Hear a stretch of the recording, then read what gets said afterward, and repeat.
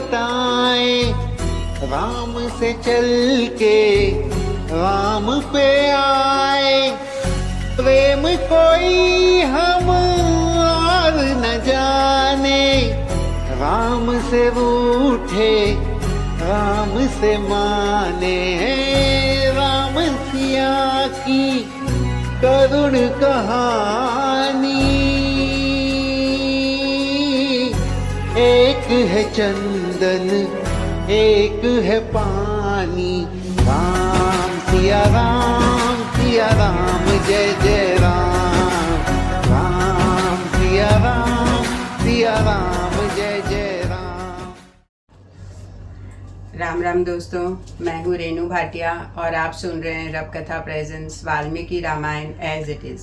ये है 68th episode Sundarkand भाग 3। जैसे अनेक धातुओं के कारण पर्वत, शिखर, ग्रहों और चंद्रमा के कारण, आकाश तथा अनेक वर्णों से युक्त होने के कारण मनोहर मेघ विचित्र शोभा धारण करते हैं, उसी प्रकार नाना प्रकार के रत्नों से निर्मित होने के कारण पुष्पक विमान भी विचित्र शोभा से संपन्न दिखाई देता था। उस विमान की आधार भूमि सोने और मणियों के द्वारा निर्मित कृत्रिम पर्वत मालाओं से पूर्ण बनाई गई थी। वह पर्वत वृक्षों के वृत्तांत पंक्तियों से हरे भरे रचे गए थे। वह वृक्ष फूलों के बहुल्य से व्याप्त थे तथा वह पुष्प भी केसर एवं पंखुड़ियों से पूर्ण निर्मित हुए थे। उस विमान में श्वेत भवन बने हुए थे। सुंदर फूलों से सुशोभित पोखरे बनाए गए थे। केसर युक्त कमल, विचित्र वन और अद्भुत सरोवरों का भी निर्माण किया गया था। महाकपि हनुमान ने जिस सुंदर विमान को वहां देखा उसका नाम पुष्पक था। वह रत्नों की प्रभा से प्रकाशमान था और इधर उधर भ्रमण करता था। देवताओं के ग्रहाकार उत्तम विमानों में सबसे अधिक आदर उस महाविमान पुष्पक का ही होता था। उसमें नीलम, चांदी और मूंगों के आकाशचारी पक्षी बनाए गए थे। नाना प्रकार के रत्नों से विचित्र वर्ण के सर्पों का निर्माण किया गया था और अच्छी जाति के घोड़ों के समान ही सुंदर रंग वाले अश्व भी बनाए गए थे।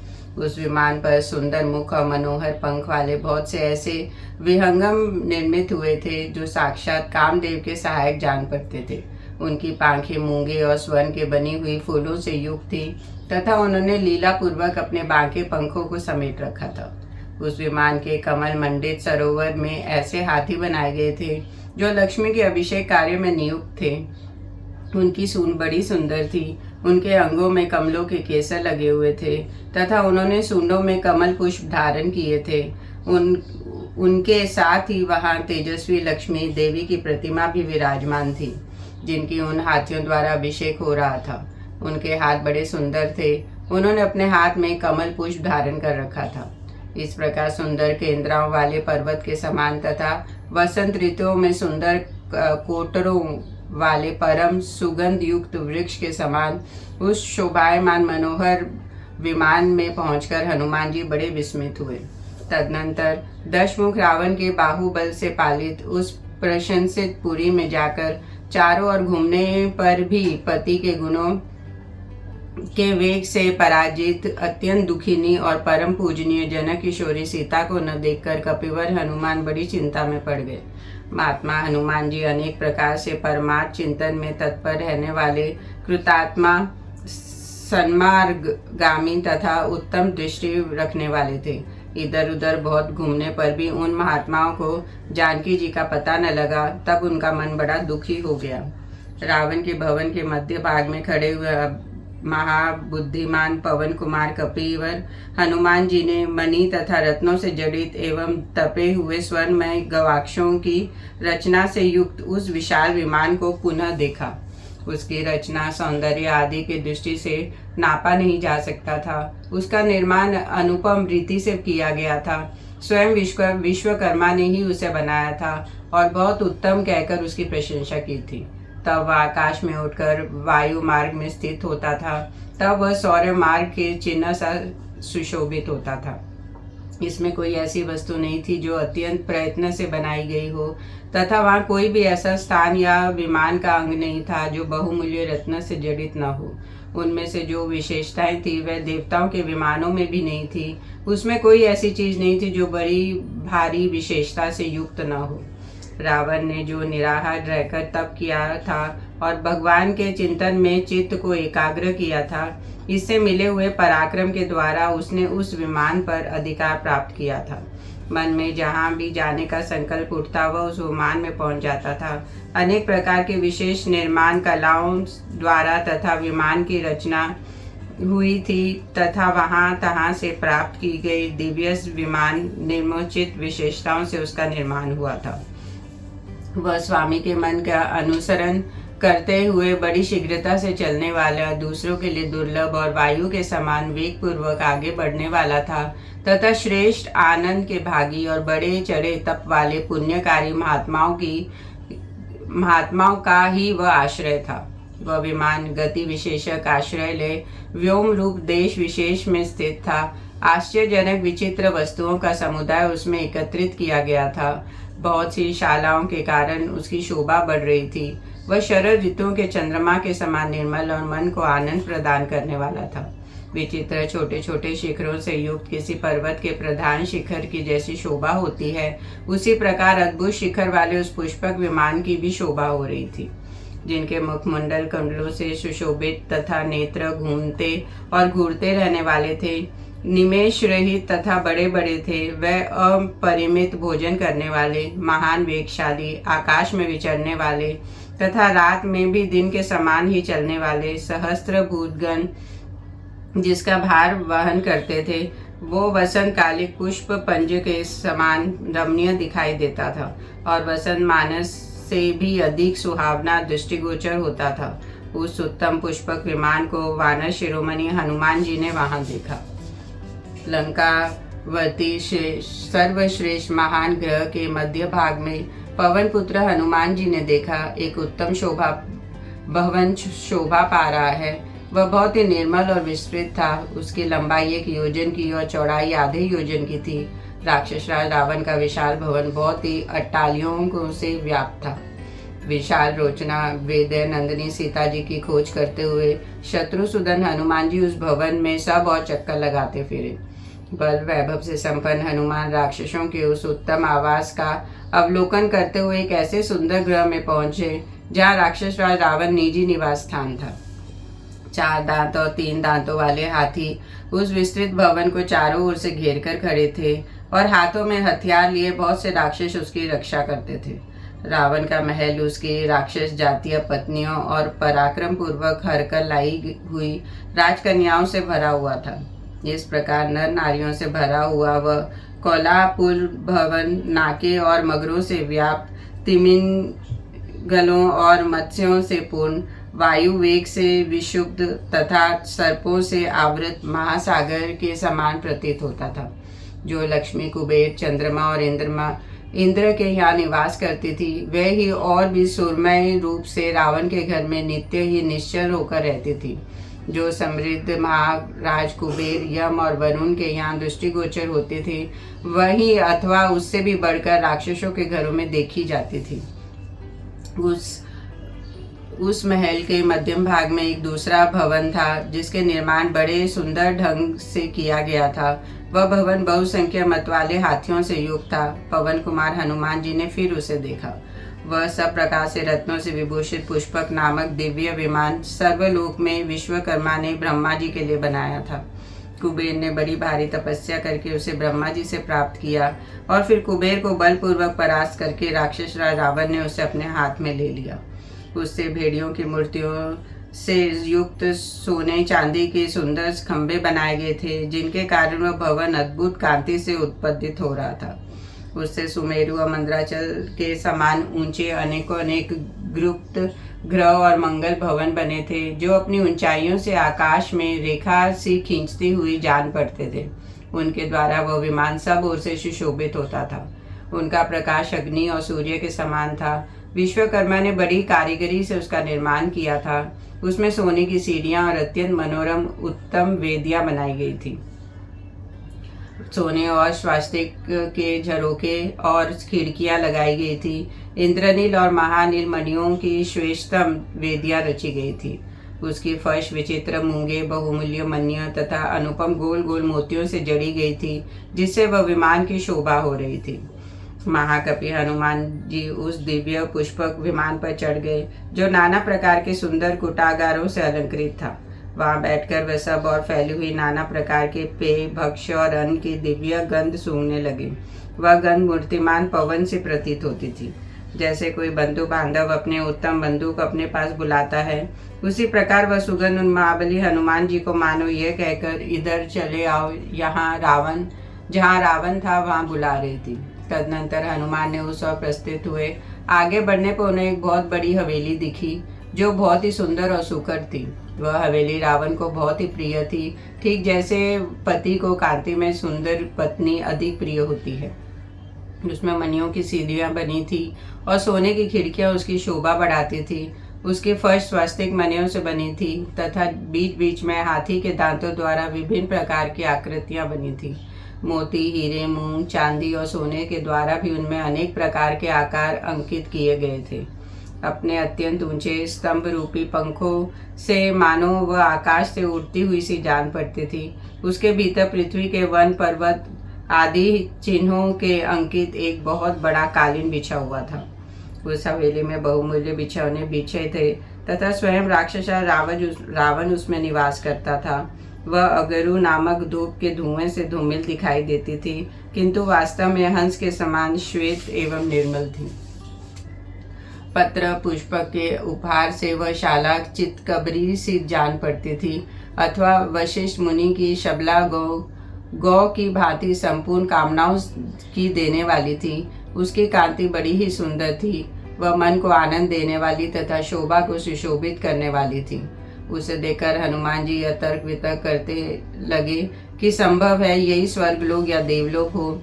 यह इंद्र की पूरी भी हो सकती है, अथवा वह परम सिद्धि ब्रह्मलोक की प्राप्ति। हनुमान जी ने उस शाला में स्वर्णमय दीपक को एक तार जलते देखा, मानो वह ध्यान मग्न हो रहे हों। ठीक उसी तरह जैसे किसी बड़े जुआरी से जमे जुए में हारे हुए छोटे जुआरी धन नाश की चिंता के कारण ध्यान में डूबे हुए से दिखाई देते हैं।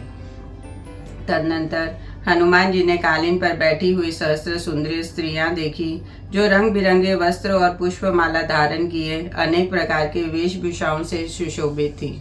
आधी रात बीत जाने पर वह क्रीड़ा के उपरत हो, मधुपान के मद और निद्रा के वशीभूत हो उस समय गाढ़ी नींद में सो गई थी। वह उन सोई हुई सहस्त्र नारियों के कटी भाग में कब करधनी की खनखनाट का शब्द नहीं हो रहा था। हंसों के कलरव और भ्रमरों के गुंजर से रहित विशाल कमल वन के समान उन गुप्त सुप्त सुंदरियों का समुदाय बड़ी ही शोभा पा रहा था।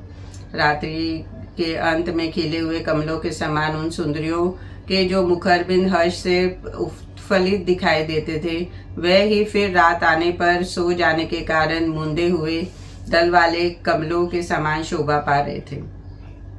रावण की हवेली उन स्त्रियों से प्रकाशित होकर वैसे ही शोभा पा रही थी जैसे शरद काल में निर्मल आकाश ताराओं से प्रकाशित एवं सुशोभित होती है।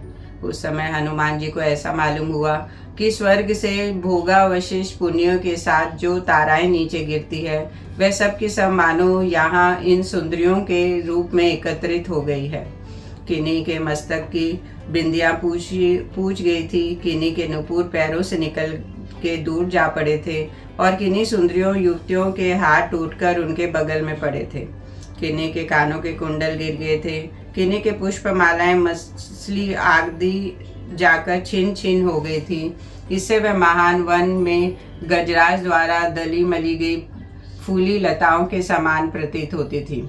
इस प्रकार वह हंस, कार्णव तथा चक्रवाकों के सुशोभित नदियों के समान शोभा पाती थी। उनके जघन प्रदेश उन नदियों के तटों के समान जान पड़ते थे। किन्हीं सुंदरियों के कोमल अंगों में तथा कूचों के अग्र भाग पर उभरी हुई आभूषणों की सुंदर रेखाएं नए गहनों के समान शोभा पाती थी। वहाँ किन्हीं सुंदर कांतिमती कामनियों के कानों में कुंडल और उनके निश्वास जनित कंपन से धीरे धीरे हिल रहे थे। उन सुंदरियों का मन रावण में अत्यंत आसक्त था, इसलिए वह आसक्ति और मदिरा के मद से परवश हो उस समय रावण के मुख से के भ्रम से अपने सौतों का मुख सूंघकर उनका प्रिय कर रही थी, अर्थात वह भी उस समय अपने मुख संलग्न हुए उन सौतों के मुख को रावण का ही मुख समझकर उसे सूंघने का सुख उठाती थी। अन्य मदमत युवतियां अपनी वलय विभूषित भुजाओं का तकिया बनाकर तथा कोई कोई सिर के नीचे अपने सुरमय वस्त्रों को रखकर वहां सो रही थी। इस तरह रावण, विषक, स्नेह और मंद्रा चहित मद के विभूषित हुई वे सुंदरियां एक दूसरे के अरु, पार्श्व भाग, कटी प्रदेश और पुष्प भाग का सहारा ले आपस में अंगों से अंग मिलाए हुए बेशुद्ध पड़ी थी। एक दूसरे के बाहु रूपी सूत्र में गूंदी हुई काले काले केशों वाली स्त्रियां की वह माला सूत में पिरोई हुई मतवाले भ्रमरों से युक्त पुष्पमाला की भांति शोभा पा रही थी। यद्यपि उन युवतियों के वस्त्र, अंग, आभूषण और हार उचित स्थानों पर ही प्रतिष्ठित थे, यह बात स्पष्ट दिखाई दे रही थी, तथापि उन सबके परस्पर गूंज जाने के कारण वह विवेक होना असंभव हो गया था और कौन वस्त्र, आभूषण, अंग अथवा हार किसके हैं। उन सब स्त्रियों का रावण ने युद्ध की इच्छा से अपहरण कर लिया था और कुछ मदमत रमणियां कामदेव से मोहित होकर स्वयं ही उनके सेवा में उपस्थित हो गई थी। रावण की कोई भार्या ऐसी नहीं थी जो उत्तम कुल में उत्पन्न न हुई हो अथवा जो कुरूप, अनुदार और कौशल रहित, उत्तम वस्त्राभूषण एवं माला आदि से वंचित, शक्तिहीन और प्रियतम को अप्रिय हो। फिर उन्होंने सोचा कि निश्चय ही सीता गुणों की दृष्टि से इन सबकी अपेक्षा बहुत ही बढ़ चढ़कर है। उस महाबली लंकापति ने माया रूप धारण करके सीता को धोखा देकर इनके प्रति यह अपहरण रूप महान कष्टप्रद नीच कर्म किया है। वहां इधर उधर दुष्टपात करते हुए हनुमान जी ने एक दिव्य एवं श्रेष्ठ वेदी देखी, जिस पर पलंग बिछाया जाता था। वह वेदी स्वास्तिक मणि की बनी हुई थी और उनमें अनेक प्रकार के रत्न जड़े थे। उस पलंग के एक भाग में उन्होंने चंद्रमा के समान एक श्वेत छत्र देखा, जो दिव्य मालाओं से सुशोभित था। उसके चारों ओर खड़ी बहुत सी स्त्रियां हाथों में चंवर लिए उस पर हवा कर रही थी। वह पलंग अनेक प्रकार के गंधों से सेवित और उत्तम धूप से सुशोभित था। उस प्रकाशमान पलंग पर महाकपि हनुमान जी ने वीर राक्षसा रावण को सोते देखा, जो सुंदर आभूषणों से विभूषित, इच्छानुसार रूप धारण करने वाला, दिव्य आभरणों से अलंकृत और सुरूपवान था। वह राक्षस कन्याओं का प्रियतम और राक्षसों का सुख पहुंचाने वाला था। उसके अंगों में सुगंधित लाल चंदन का अनुलेप लगा हुआ था, जिससे वह आकाश में संध्या काल की लाली और विद्युलोस खासे से युक्त मेघ के समान शोभा पाता था। उस समय सांस लेता हुआ रावण फुफकारते हुए सर्प के समान जान पड़ता था। उसके पास पहुंचकर वानर शिरोमणि हनुमान अत्यंत उद्विग्न हो भली भांति डरे हुए की भांति सहसा दूर हट गए और सीढ़ियों पर चढ़कर एक दूसरे वेदी पर जाकर खड़े हो गए। वहां से उन महाकपि ने उन मतवाले राक्षस सिंहों को देखना आरंभ किया। उन्होंने महाकाय राक्षस रावण की फैलाई हुई दो भुजाएं देखी, जो सोने के बाजूबंद से विभूषित हो इंद्रध्वज के समान जान पड़ती थी। वह भुजाएं सब ओर से समान और सुंदर कंधों वाली एवं मोटी थी। उनकी संध्या सुदृढ़ थी। वह बलिष्ठ और उत्तम लक्ष्मण वाले नखों और अनुष्टों के सुशोभित थी। उनकी उंगलियां और हथेलियां बड़ी ही सुंदर थी। खरगोश के खून की भांति लाल रंग के उत्तम सुशीतल और सुगंधित चंदन से चर्चित हुई वह भुजाएं अलंकारों से अलंकृत थी। कपिवर हनुमान ने पलंग पर पड़ी हुई उन दोनों बाजुओं को देखा। वह मंदराचल की गुफा में सोए हुए दो रोष भरे अजगरों के समान जान पड़ती थी। वहां सोए हुए राक्षसा रावण के विशाल मुख से आम और नाग केसर के से सुगंधित मिश्रित, मौल सिरी के सुशाव से सुवासित और उत्तम अन्नार से संयुक्त तथा मधुपान के गंध से मिली हुई जो सौरभ युक्त सांस निकल रही थी, वह उन सारे घर को सुगंध से परिपूर्ण सा कर देती थी। उनकी छाती लाल चंदन से चर्चित, हाथ से सुशोभित, उभरी हुई लंबी चौड़ी थी। उनके द्वारा उस राक्षस राज के संपूर्ण शरीर की बड़ी शोभा पा रही थी। वह स्वच्छ स्थान में रखे हुए उदर के ढेर के समान जान पड़ता था। सर्प के समान सांसें ले रहा था। उस उज्जवल पलंग पर सोया हुआ रावण गंगा की अगाध जल राशि में सोए हुए गजराज के समान दिखाई देता था। पत्नियों के प्रेमी उस महाकाय राक्षस राज के घर में हनुमान जी ने उनकी पत्नियों को भी देखा, जो उसके चरणों के आसपास ही सो रही थी। उन्होंने उस सुंदरियों के कानों के समीप हीरे तथा नीलम जड़े हुए सोने के कुंडल और बाजूबंद देखे। क्षीण कटी प्रक्ष वाली व राक्षस राज की स्त्रियां मद और रति क्रीड़ा से परिश्रम से थककर जहाँ तहाँ सो जिस अवस्था में थे वैसे ही सो गई। कोई वीणा को छाती से लगाकर सोई हुई सुंदरी ऐसी जान पड़ती थी मानो महानदी में पड़ी हुई कोई कमलिनी किसी नौका से सट गई हो। कोई सर्वांग सुंदरी और रुचिर कूचों वाली कामिनी पटहर को अपने नीचे रखकर सो रही थी, मानो चिरकाल के पश्चात प्रियतम को अपने निकट पाकर कोई प्रेयसी उन्हें हृदय से लगाए सो रही हो। नियम पूर्वक नित्य कला से सुशोभित होने वाली उस अन्य युवती विपंजी, जो अंक में भरकर प्रियतम के साथ सोई हुई प्रेयसी के भांति निद्रा से अधीन हो गई थी। नशे से थकी हुई कोई कृष्णधरी अग्निग्ध सुंदरी रमणी अपने भुज पाशाओं के बीच में स्थित और कांक में दबे हुए पवन के साथ ही सो गई थी। मदिरा के मद से मोहित हुई कोई कमल नयनी नारी आडंबर नामक वाक को अपने भुजाओं से आलिंगन से दबाकर प्रगढ़ निद्रा में निमग्न हो गई। जैसे कामनिया अपने चाहने वाले कामुकों को छाती से लगाकर सोती है, उसी प्रकार कितनी ही सुंदर विचित्र विचित्र बाघों का आलिंगन करके उन्हें कूचों में दबाई सोई थी। वह मोती रमणियों से जड़े हुए आभूषणों से भली भांति विभूषित थी और अपनी शोभा से उस उत्तम भवन को विभूषित सा कर रही थी। हनुमान जी ने देखा कि रूप और यौवन की संपत्ति से युक्त और वस्त्र भूषणों से विभूषित मंदोदरी को देखकर महाभाव पवन कुमार ने अनुमान किया कि ये ही सीता जी हैं। फिर तो ये वानर युद्धपति हनुमान महान हर्ष से युक्त हो आनंद मग्न से हो गए। वे अपनी पूंछ को पटकने और चूमने लगे, अपनी वानरों जैसी प्रकृतियों का प्रदर्शन करते हुए आनंदित होने खेलने और गाने लगे, इधर उधर आने जाने लगे। वह कभी खंभों पर चढ़ जाते और कभी पृथ्वी पर कूद पड़ते थे। फिर उस समय उस विचार को छोड़कर महाकपि हनुमान जी अपने स्वाभाविक स्थिति में स्थित हुए और वे सीता जी के विषय में दूसरे प्रकार की चिंता करने लगे। उन्होंने सोचा, भामिनी सीता श्री रामचंद्र जी से बिछुड़ गई है। इस दशा में न तो वह सो सकती है, न भोजन कर सकती है, न श्रृंगार व अलंकार धारण कर सकती है। फिर मंदिरा पान का सेवन तो किसी प्रकार भी नहीं कर सकती। वह किसी दूसरे पुरुष के पास सब देवताओं का भी ईश्वर क्यों न हो नहीं जा सकती। देवताओं में भी कोई ऐसा नहीं जो श्री रामचंद्र जी की समानता कर सके। अंततः अवश्य ही वह सीता नहीं कोई दूसरी स्त्री है। ऐसा निश्चय करके वह कपिश्रेष्ठ सीता जी के दर्शन के लिए उत्सुक हो पुनः वहां से मधुशाला में विचरने लगे। वहां कोई स्त्रियां क्रीड़ा करने से थकी हुई थी तो कोई गीत गाने से। बहुत सी स्त्रियां ढोल मृदंग और चैलिका नामक बागों पर अपने अंगों को टेक कर सो गई थी तथा दूसरी महिलाएं अच्छे अच्छे बिछौनों पर सो गई थी।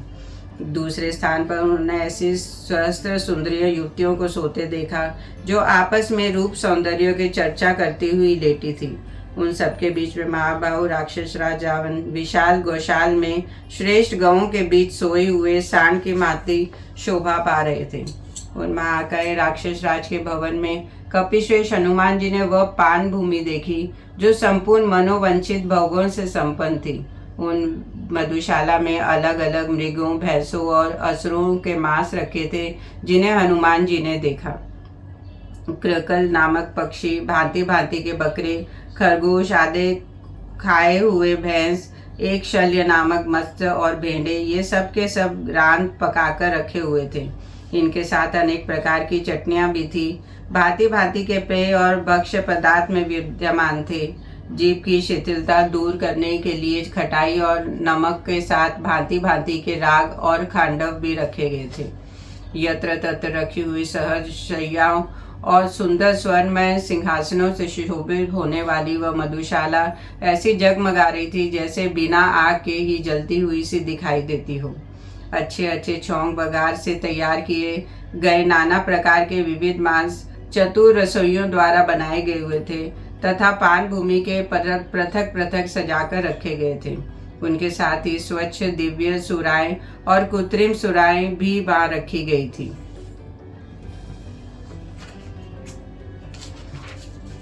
वहाँ अनेक स्थानों पर रखे हुए नाना प्रकार के फूलों, स्वर्णमय कलशों और स्वास्तिक मणियों के पात्रों तथा जाम्बूदन के बने हुए अन्याय कमन कुंडलों से व्याप्त हुई वह पान भूमि बड़ी शोभा पा रही थी। किसी घड़े में आदि मदिरा शेष थी तो किसी घड़े में सारी की सारी पी ली गई थी तथा किन्हीं किन्हीं घड़ों में रखे हुए मद स्वाद पिए नहीं गए थे। हनुमान जी ने उन सबको देखा। निद्रा के बल से पराजित हुई कोई अबला कोई स्त्री का वस्त्र उतारकर उसे धारण किए उसके पास जा उसी का आलिंगन करके सो गई थी। उस समय पुष्पक विमान में शीतल चंदन मग मधुरस और विविध प्रकार की माला, भांति भांति के पुष्प, अनेक प्रकार के गंधा का भार वहन करते हुए सुगंधित वायु सब और प्रभावित हो रही थी। इस प्रकार महातेजस्वी कपिवर हनुमान ने रावण का सारा अनंतपुर छान डाला तो भी वहां उन्हें जनक नंदिनी सीता का दर्शन नहीं हुआ।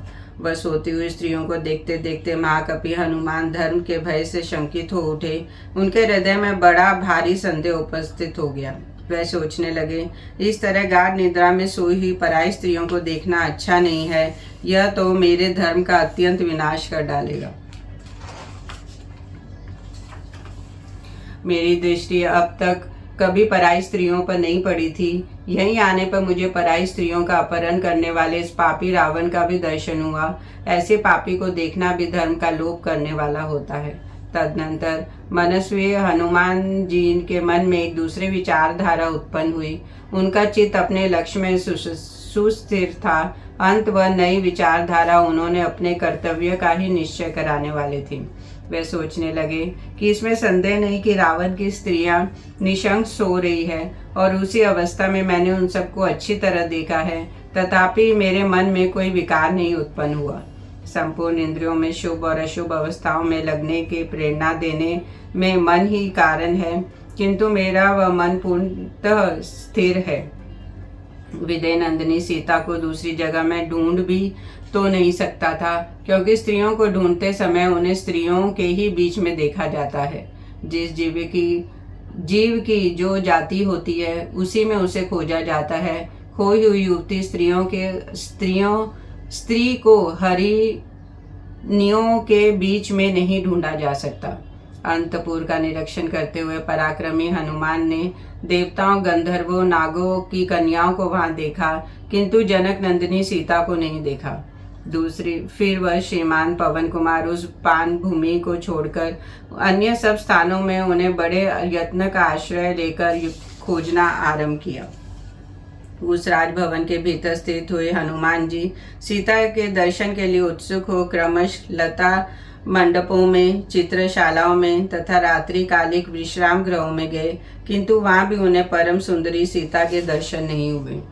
रघुनंदन श्री राम की प्रियतमा सीता जब वहां भी दिखाई नहीं दी, तब वह महाकपि हनुमान इस प्रकार चिंता करने लगे, निश्चय ही अभी मिथिलेश कुमारी सीता जीवित नहीं है, इसलिए बहुत खोजने पर भी वह मेरी दृष्टि पथ में नहीं आ रही है।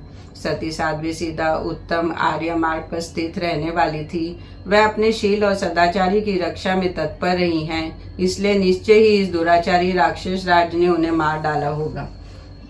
राक्षस रावण के यहाँ जो दास्य कर्म करने वाली राक्षसियां हैं, उनके रूप बड़े बेडोल हैं। वह बड़ी विकट और विकराल हैं। उनकी कांति भी भयंकर है। उनके मुंह विशाल और आंख भी बड़ी बड़ी व भयानक है।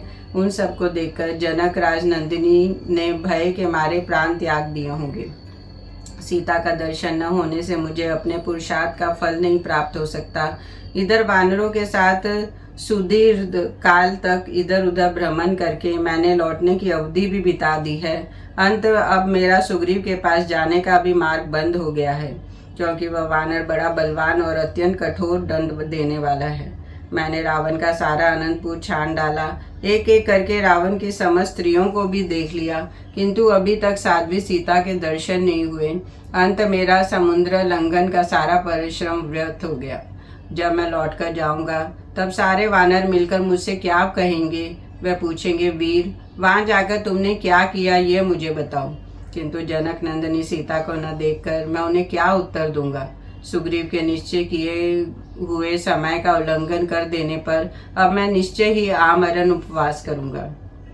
बड़े बूढ़े जामवन और युवराज अंगद मुझसे क्या कहेंगे? समुद्र के पास जाने पर अन्य वानर भी अब मुझसे मिलेंगे, तब वे क्या कहेंगे? हताश न होकर उत्साह को बनाए रखना ही इस संपत्ति का मूल कारण है। उत्साह ही परम सुख के हेतु है। अंत में पुनः उन स्थानों में सीता की खोज करूंगा जहां अब तक अनुसंधान नहीं किया गया है। उत्साह के प्राणियों को सर्वदा सब प्रकार के कर्मों में निवृत्त करता है और वहीं उन्हें वह सब कुछ करते हैं जो इस कार्य में सफलता प्रदान करते हैं। इसलिए अब मैं और भी उत्तम एवं उत्साहपूर्वक प्रयत्न के लिए चेष्टा करूंगा। रावण के द्वारा सुरक्षित जिन स्थानों को अब तक नहीं देखा है उनका भी पता लगाऊंगा।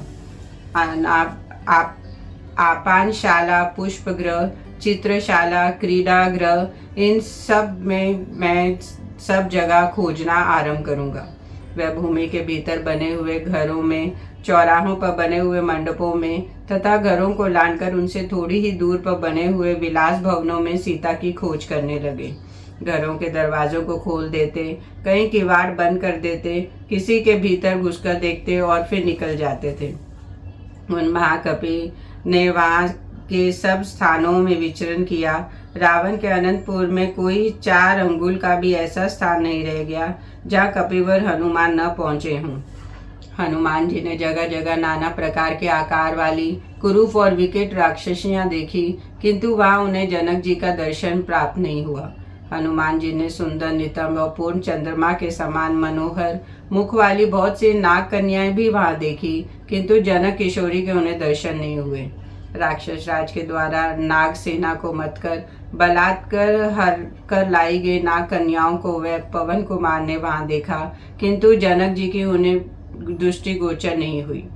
उन वानर शिरोमणि वीरों के उद्योग और अपने द्वारा किए गए समुद्र लंघन को व्यर्थ हुआ देखकर पवन पुत्र हनुमान वहां पुनः बड़ी चिंता में पड़ गए। उस समय वायुनंदन हनुमान विमान से नीचे उतर आए और बड़ी चिंता करने लगे। शोक से उनकी चेतना शक्ति शिथिल हो गई। वायुपति हनुमान विमान से उतरकर महल के परकोटे पर चढ़ आए। वहां आकर वह मेघमाला के अंक में चमकती हुई बिजली के समान बड़े वेग से इधर उधर घूमने लगे।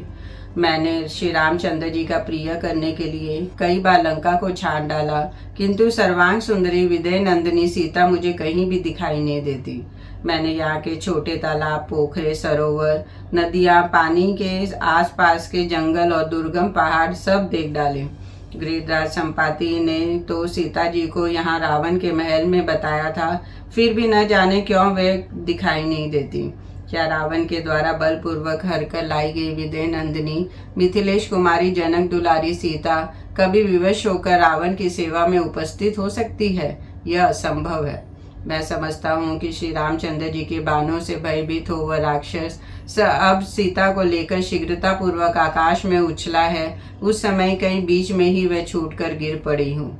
अथवा यह भी मालूम होता है कि रावण के प्रबल वेग और उनकी भुजाओं के दृढ़ बंधन से पीड़ित होकर विशाल लोचना आर्या सीता ने अपने प्राणों का परित्याग कर दिया। ऐसा भी हो सकता है कि जिस समय रावण उन्हें समुद्र के ऊपर ले जा रहे हों, उस समय जनक कुमारी सीता छटपटाकर समुद्र में गिर पड़ी हो। अवश्य ऐसा ही कुछ हुआ होगा। हाय, श्री रामचंद्र जी ने पूर्ण चंद्रमा के समान मनोहर तथा प्रफुल्ल कमल दल के सदृश नेत्र वाले मुख का चिंतन करती हुई दयनीय सीता इस संसार में चल बसी। हा राम, हा लक्ष्मण, हा अयोध्यापुरी, इस प्रकार पुकार कर बहुत विलाप करके मिथिलेश कुमारी विदय नंदिनी सीता ने अपने शरीर को त्याग दिया होगा। अथवा मेरी समझ में यह आता है कि वह रावण के किसी गुप्त गृह में छिपाकर रखी गई है। हाय, वहाँ वह बाला पिंजरे में बंद हुई मैना की तरह बारंबार आर्तनाद करती होगी, जो जनक के कुल में उत्पन्न हुई है और श्री रामचंद्र जी की धर्म पत्नी है। वह नील कमल से नेत्रों वाली सुमध्या सीता रावण के अधीन कैसे हो सकती है? इस समाचार के बताने में जो दोष है और न बताने में भी दोष की संभावना है, ऐसी दशा में किस उपाय से काम लेना चाहिए? मुझे तो बताना और न बताना दोनों ही दुष्कर प्रतीत होता है। ऐसी दशा में जब कोई कार्य करना दुष्कर प्रतीत होता है, तब मेरे लिए उस समय के अनुसार क्या करना उचित होगा, उन्हीं बातों पर हनुमान जी बारंबार विचार करने लगे।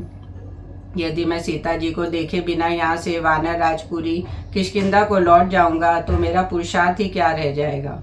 फिर तो मेरा ये समुद्र लंघन, आकाश लंका में प्रवेश और राक्षसों को देखना सब व्यर्थ हो जाएगा।